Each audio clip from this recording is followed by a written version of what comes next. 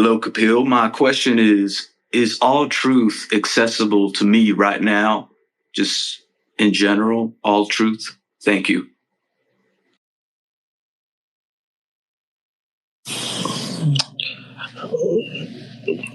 I don't know, because that all depends upon your level of receptivity.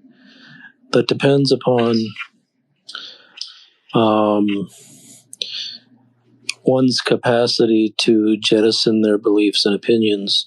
That depends upon the depth of one's desire to know the truth. That depends upon all sorts of readiness within the human being, which cannot be gauged just by you asking that question.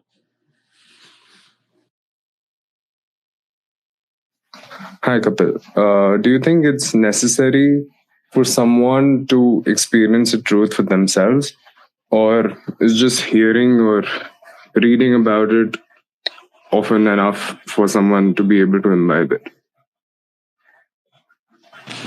Why do you ask? Because I feel like I've read about a lot of things that seem like the truth, but I don't know if I've necessarily been able to imbibe all of it. So, is it important for me to just live more and experience more things so that it would depend. It would depend what you mean by living more and experiencing more things. Because if you live more and you experience more things, but what you experience is untruth, then how would that bring you closer to the truth?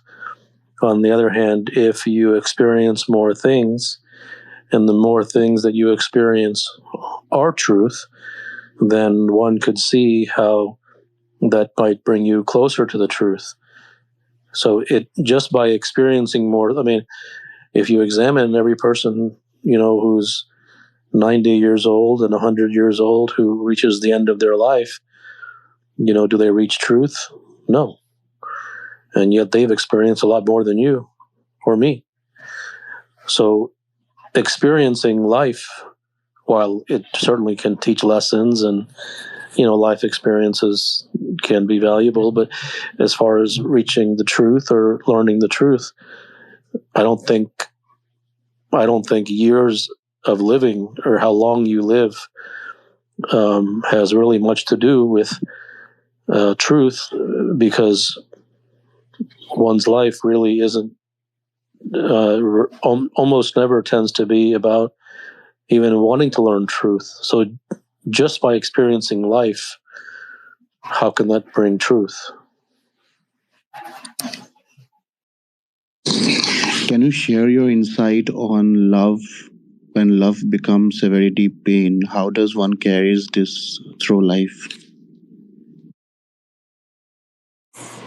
I think, humans use a lot of words,